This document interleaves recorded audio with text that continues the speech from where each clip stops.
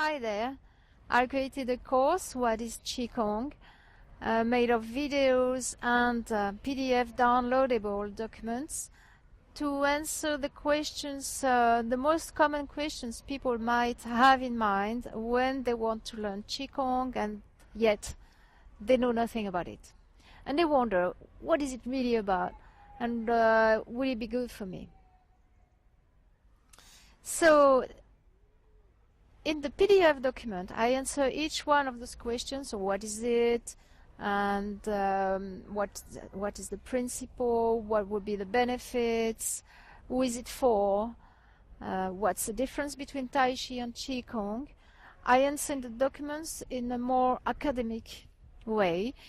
And in the videos, I take time to answer in a more personal way because I've been practicing Qigong for quite many years now and studied different styles of Qigong, and I really love it. It's something that's very important in my life, and that's something that has been very important too to support my professional practice as a shiatsu therapist.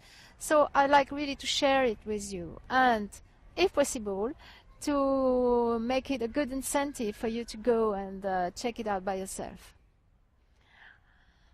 That's it. Let's go in the class.